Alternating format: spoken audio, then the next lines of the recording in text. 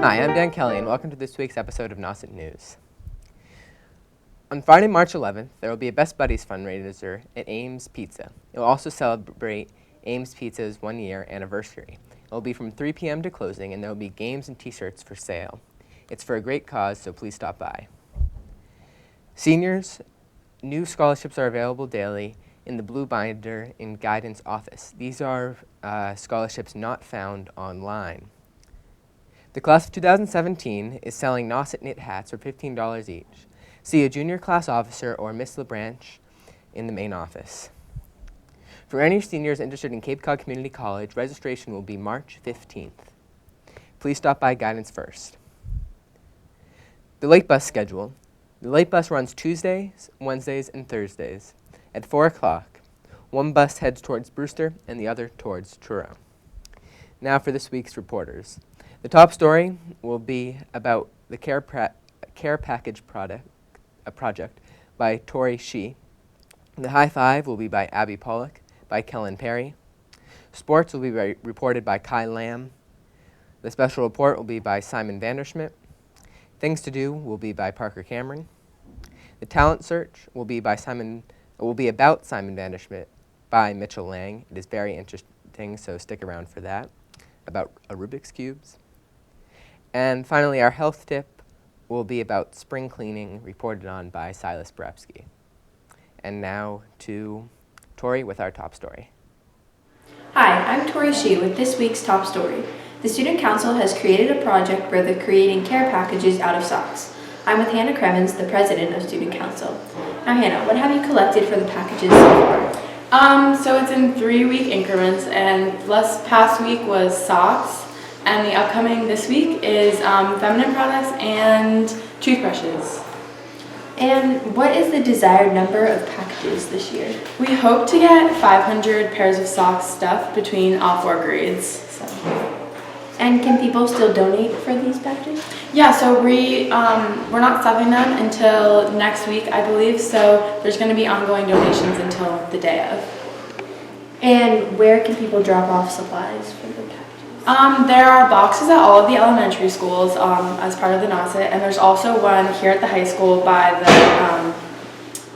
Miss LeBranch's room, by Miss LeBranch's desk. So yeah. And when are the students putting the socks together, or is it Student Council's job? It's actually going to be all the students, so it's part of our March Madness, like going through the month of March, and there's going to be the sophomores and the freshmen doing it March 16th during advisory, and March 30th during advisory is going to be the juniors and seniors. And when are the packages being delivered or sent? Hopefully they'll be delivered that Friday after the seniors and the juniors finish up. And who are they going to? We're bringing them to Lower Cape Outreach, who distributes them to the homeless. They're in touch with homeless shelters all across the Cape, so they're going to be distributed to all those places.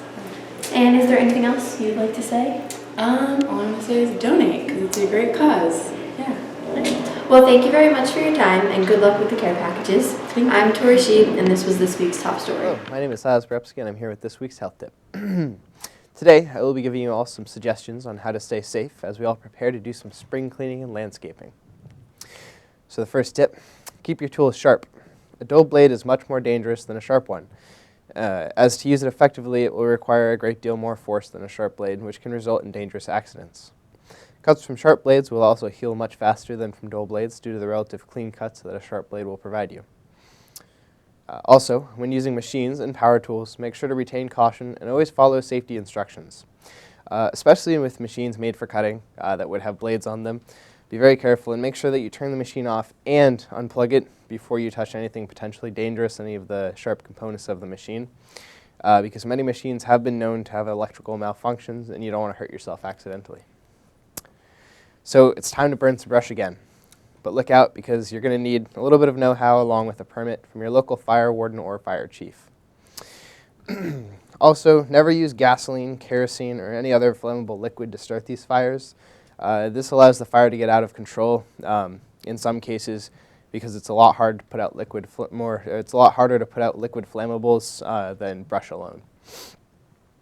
Also, burn using a small pit that you can refill with fresh brush gradually over time, because the larger the fire is, the harder it's going to be to control, and the harder it will be to extinguish. Also, note the amount of room you'll need for your fire depending on how big it is. You want a large clearing for most. Also, never leave the fire if you're burning brush. Always have at least some way to monitor it, either you or somebody you would trust, a responsible adult, and always be prepared to quickly extinguish the fire in case of an emergency. Also, something to note is be careful of poisonous plants. There's a lot of people all over the world that are allergic to poison oak or poison ivy, and it does grow natively in Massachusetts as well as the rest of the U.S. It can get you with its oils or with or without the leaves showing. The roots can also get you. But the telltale look of the two plants is the easiest way to recognize them, as well as the easiest way to get their rash-inducing oils on you, which would be through the leaves. If you're allergic and think you may have come into contact with the plants, one quick solution is to take a shower and wash entirely with dish soap. This may prevent the rash, but only if you do it quickly. Also, something very big to note is if you are having brush fires, make sure you do not accidentally burn poison oak or poison ivy, because you can get a rash from the smoke internally, and a rash in your airways can send you straight to the hospital. My name is Silas Prepsky, and that was your help.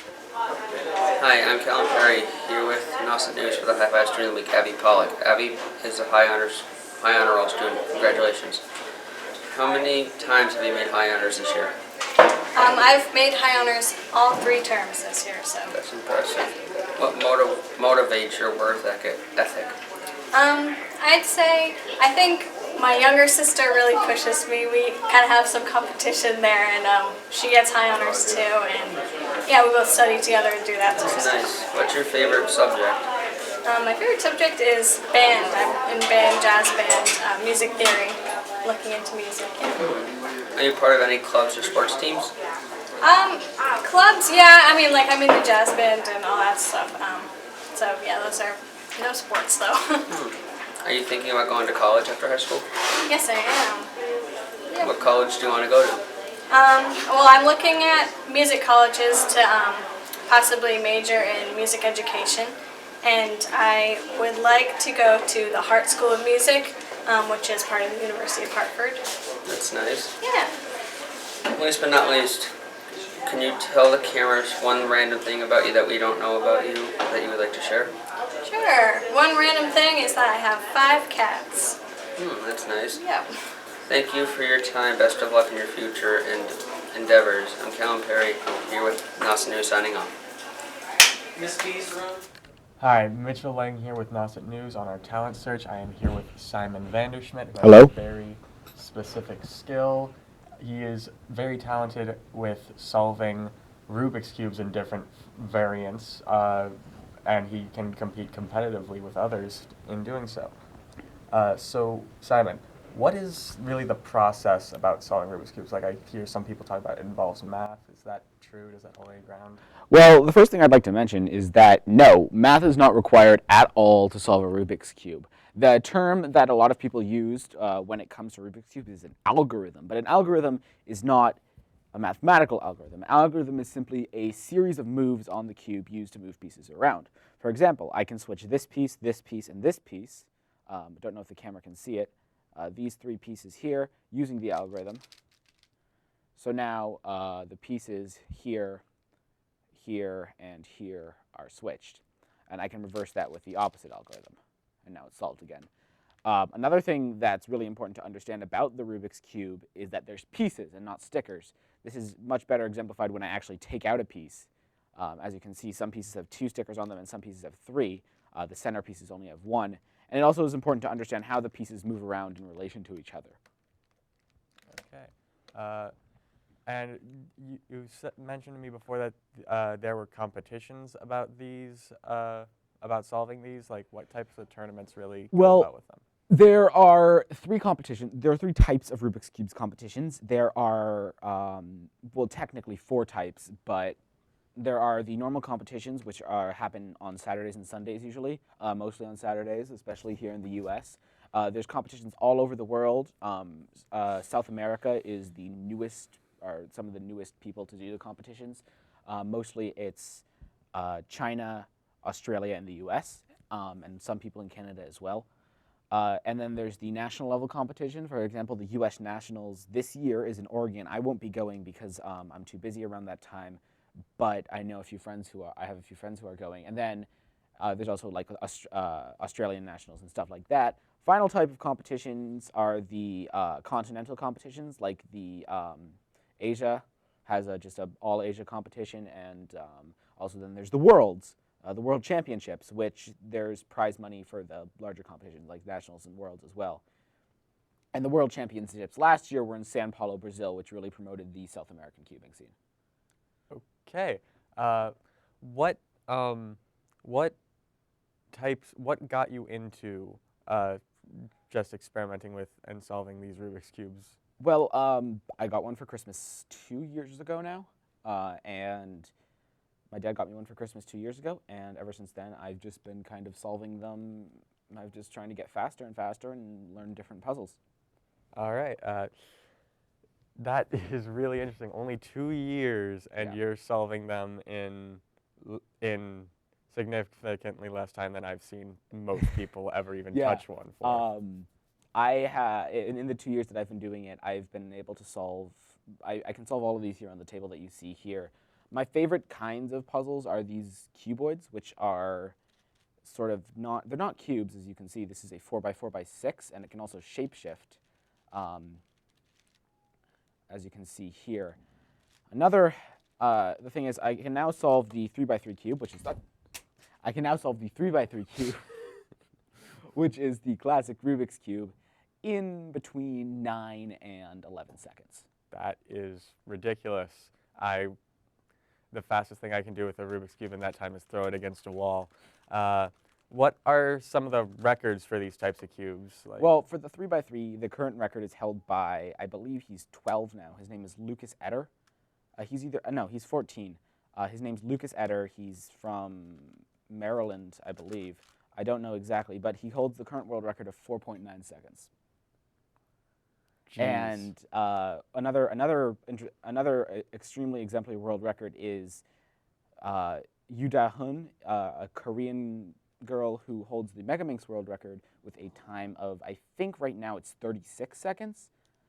But she's working on she has told the community she's working on doing it in under 30 seconds, which is just amazing. I only know of one person who can actually compete with her, whose name is Nicholas Nang, and he's only been to one competition, and in this competition he set the North American record. All right, and is there anything else you'd like to add about these cubes, these competitions, maybe even just your experience with them?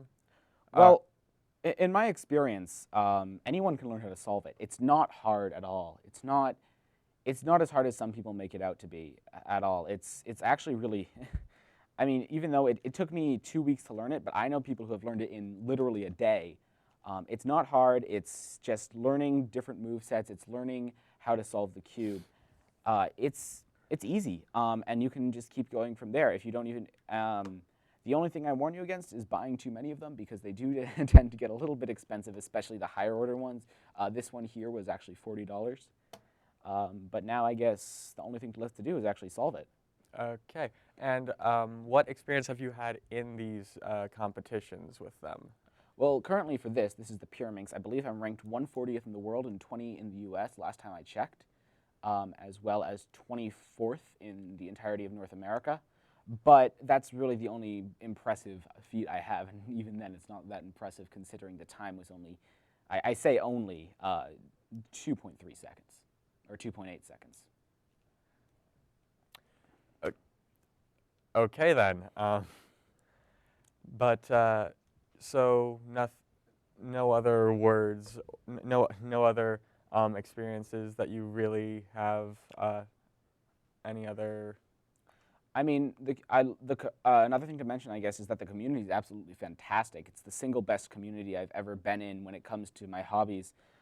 They're all really nice and accepting, and if you do join the cubing, the community is always willing to help. Even, I mean, I've gone up to people who held world records, and they're just like any other person. I know people say that about celebrities and stuff, but in reality, it's like they really are just like any other person who cubes, and it's really awesome to talk to them and get their advice. And sometimes They've been taught things by people who average like 30 seconds or 40 seconds, which is considerably more average in the community. All right. Thank you for your time. All right, so should I just solve this now? Go ahead. All right. So in a competition setting, you would get 15 seconds to examine the cube before you'd solve it, and then, so right now it's already a little bit solved, but I'm going to go as fast as I can regardless. So the first step is to solve the first two layers of the cube, not the first two sides, layers being these here. And then what I do is I solve the top and finish it off like that, and that's how to solve a Rubik's Cube, kids. I feel like an actual in-depth explanation would take more time than that, but Yeah. that was rather amazing to anyone that doesn't normally partake in these puzzles. Thank you for your time. Not a problem. Thank you very much.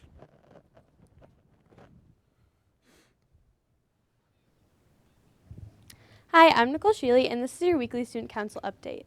March Madness is the third week in March, and we'll have 3 Spirit Days. The first Spirit Day, which is on the 30th, is Neon Day. The second Spirit Day, March 31st, is Blackout Day. The last Spirit Day is April 1st, and it is Cozy Day, so dress in your pajamas. The sock drive is wrapping up, and advisory groups will be stuffing socks in the next few weeks. And more information about this was featured on this week's top story. If you have any questions, you can contact Hannah Kremens or either of the advisors, Ms. Kimmick or Ms. Maville. I'm Nicole Sheely, and that was your Student Council update for this week.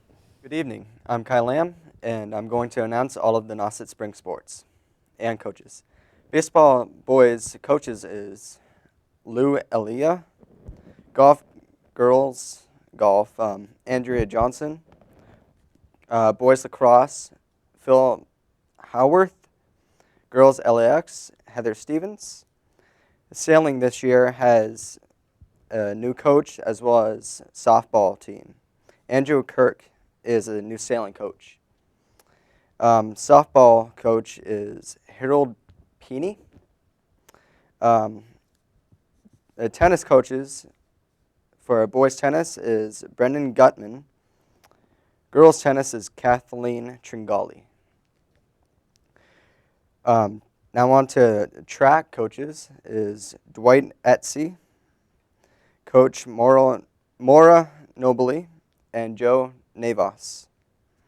All spring sports will be doing tryouts in the coming days. Good luck, athletes. Please mark your calendars for Thursday, March 17th. All winter varsity athletes must report to the winter sports night at the high school auditorium, 6:30 p.m. Also, the evening for champions is set for Saturday, March 19th at the Ocean Edge Resort in Brewster. At 6 p.m., it's a fundraiser for the Nauset Booster Club. Thank you, and I'm Kyle Lamb, here with Nauset. Hi, my name is Simon Vanderschmidt, here with Nauset News, and I'm going to be talking with Gabby and Tess about the upcoming play Grease, which they auditioned for. So tell us a little bit about the play. Well, it takes place kind of in the 50s era, and it's about greasers and, the whole poodle skirt type thing. It's a lot like the movie, but there's some different songs and just a lot different. Yeah. So this play is a musical? Yes, it's a really classic musical, I guess. So what parts did you guys audition for? I auditioned for Marty, who's one of the Pink Ladies, which is like the main group of girls in the show, and she has a long-distance relationship with a Marine kind of throughout it, and that's kind of her thing. And I auditioned for Frenchie, and she drops out of high school to go to beauty school. As you know from the classic song, Beauty School Dropout.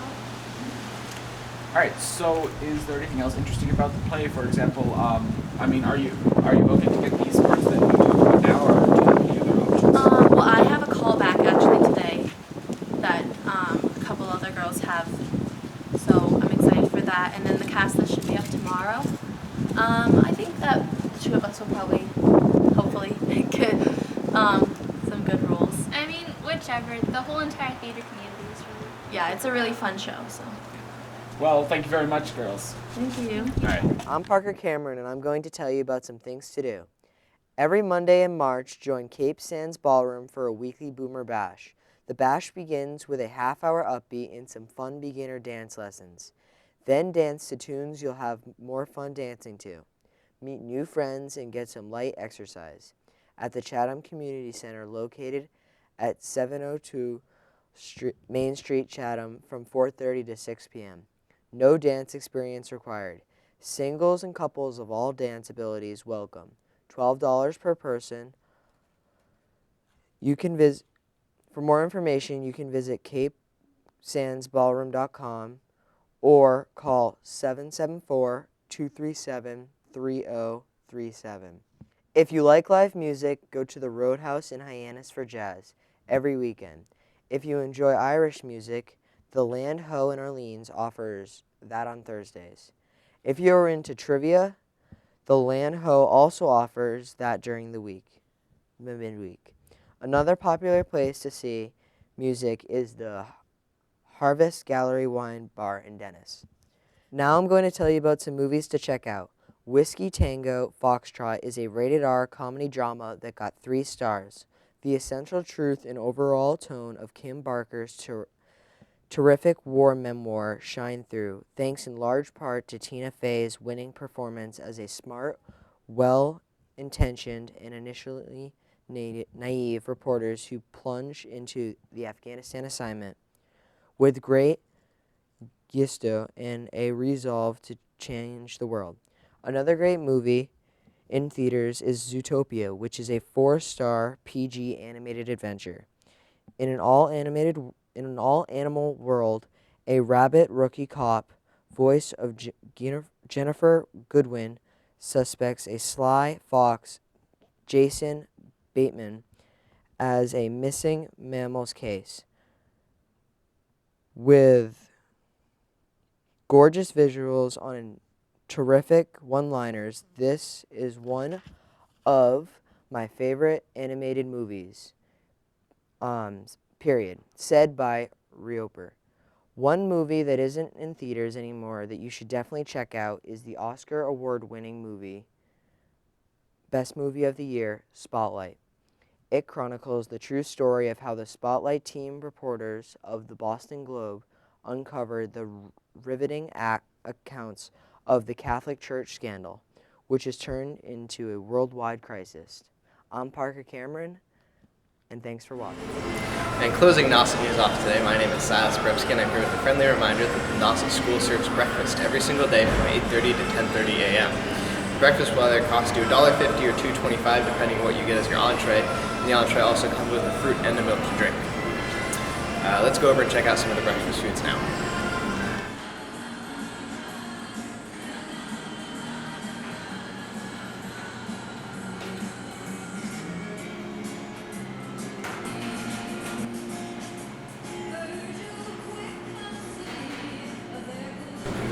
And don't forget to start every day off with a good healthy breakfast. It helps your mind and your body and keep you going all day energized and on top of your game. Thank you for watching.